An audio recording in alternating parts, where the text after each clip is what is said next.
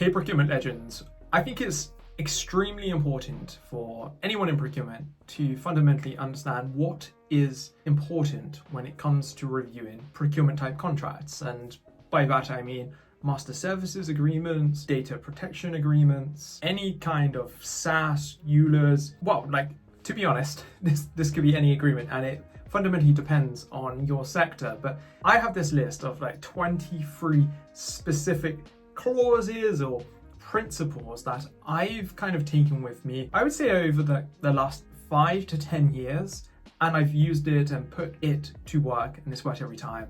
And just for context, I used to head up contract management for a fintech, before that for a defense consultancy, and then I've done a whole bunch of contract management, supply chain and procurement lead type work as a consultant. So I feel like I've got a really good understanding of this space. I've built effectively a contract management team twice from the ground up with nothing or very little in place. So yeah, let's dive into this. So the first one is the term. And all this means is how long the contract is for.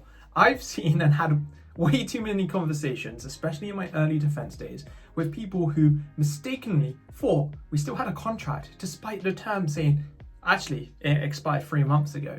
And all I found was we were working at risk with this supplier. So understand how long this contract is for, because what that would tell you is like, when is it due to be renewed? When do we have to think about moving to a new provider? Is there an auto renewal? So there's a whole bunch of stuff there, and we might come on to some of that in just a moment. Now the next two kind of go together. So the first one is choice of law. So for me, as a person living in the UK and living in England, I always choose the laws of England. And I mistakenly see people put, say, in the UK, the laws of the United Kingdom. And actually, there are no laws of the United Kingdom. It's a bit different in, say, like the US. Each state has its own laws, and some are, I would say, okay, some are very good, some are awful. And it's just being mindful of this, because this effectively disrupts the entire thing. If I'm basing the contract on my understanding of contract law, and maybe just as a heads up, I have a couple of degrees in law, right, in commercial law and contracts law, so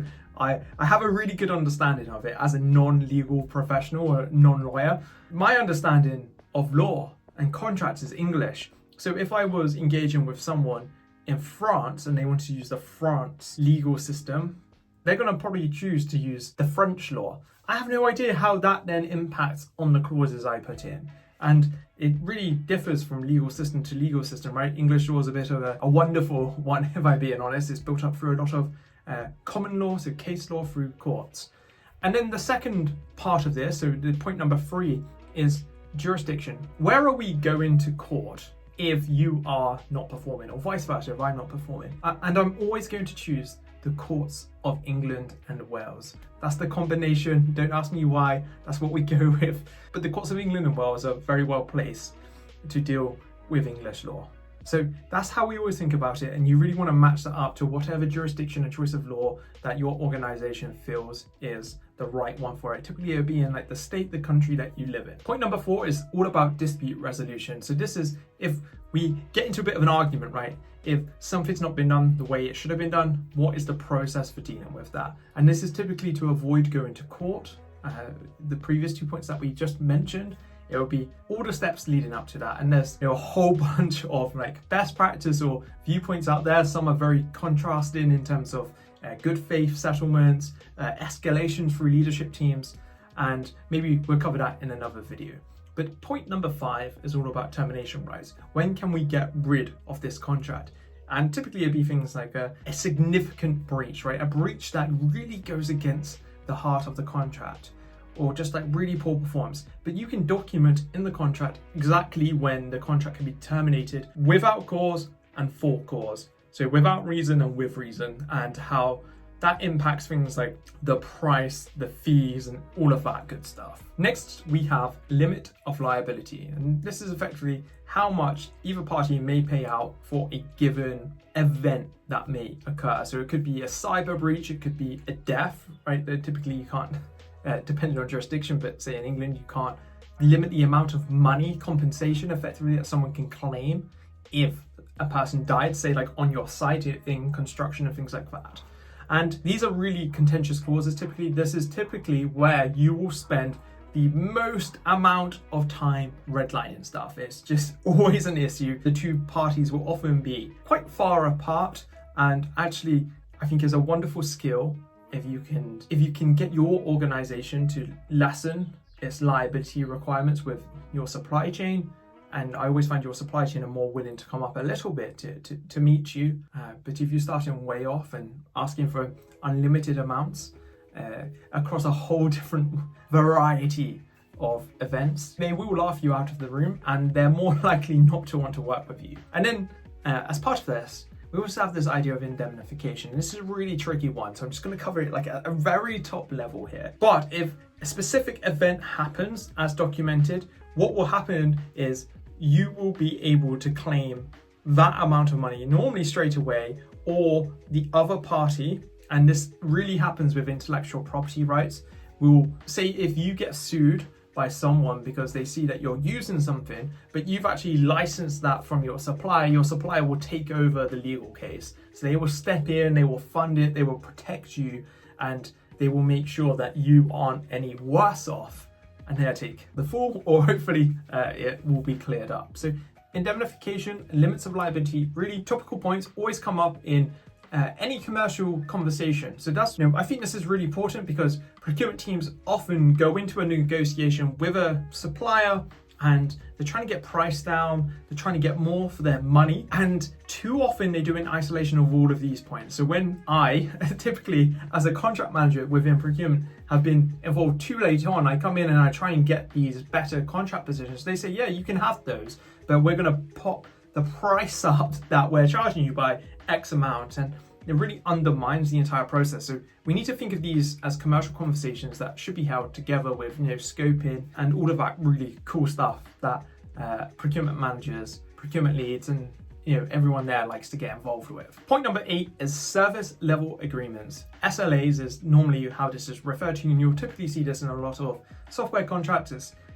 We guarantee that our software will run for 99.95% of the time. So it is a guarantee effectively of performance that you can monitor, you can track, and these form a really key part of your post-signature contract management activities. Point 10, really simple, delivery location. Where is the service or goods going to be performed or delivered? And I have seen too many, say, physical items that have been purchased and they've been sent to the wrong place because it's not been clear if you want it at your registered address or your warehouse, which is actually 200 miles away. I've seen that, and I've dealt with colleagues of mine who have got this drastically wrong, and it's not fun. So pay attention there. Point 11, intellectual property, IP is often how it's referred to, and who owns the services or the outputs of this contract. It could be, if you're buying a physical item from the supplier, it's very unlikely that you're going to get to own that item. But if the supplier is developing something for you specifically, you might want to try and claim ownership over that development. And with services, typically you'll always want to own the work that's being done from the outset, not just on delivery. There's a whole bunch there. I don't have enough time to do it in this video, but maybe we can dive into that another time. Point 12, payment terms, really important. How many days is it after receiving a valid invoice are you going to pay your suppliers? This is super contentious. So many people out there put ridiculous payment terms on their suppliers, especially small suppliers who really need the cash flow.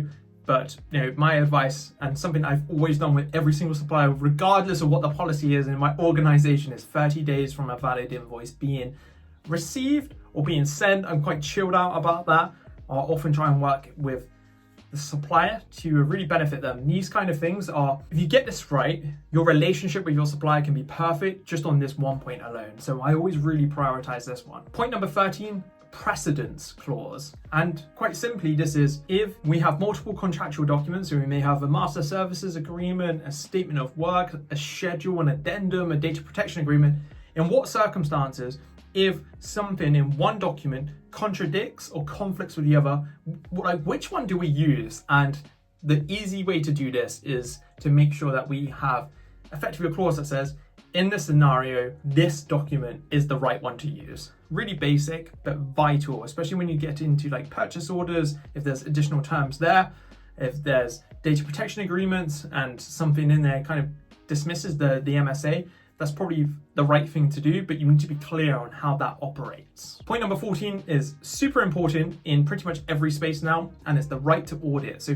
does your contract allow you to go and audit your suppliers? And this is becoming a must-have for ESG, for cyber, for just about anything in terms of making sure that your suppliers are doing things that they've said they will do. So make sure you've got audit clauses, and if you haven't, like really get on top of that, because all the legislation and regulations that I'm reading at the moment are really being quite boisterous around the need for audits. I kind of touched on point 15 earlier when we're talking about the term, but it's renewal clauses. How is this contract going to continue once the term is ended, or does it? Like, does it just end? Does it renew if you give notice by a set amount of time, or does it just automatically renew? And therefore, if you don't want it to renew, you have to serve notice to your suppliers. So you have to send them some form of letter, typically an email nowadays, to say, hey, we don't want this to renew. Or perhaps, like I just said, you may actually have to send that proactive email to say, yeah, we do want this to renew for the next 2 years, as stated in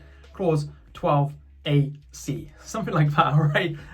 Really important clause there. Point 16, very similar to the renewals, it's an extension, right? So I would almost say this is more applicable to an arrangement where you maybe have a evergreen master services agreement. So that's a contract that really just runs forever unless you terminate it. And then you have schedules of work, statements of work for independent, fixed sort of projects that need to occur. Sometimes within those there will be a need to extend the work for a little bit of time.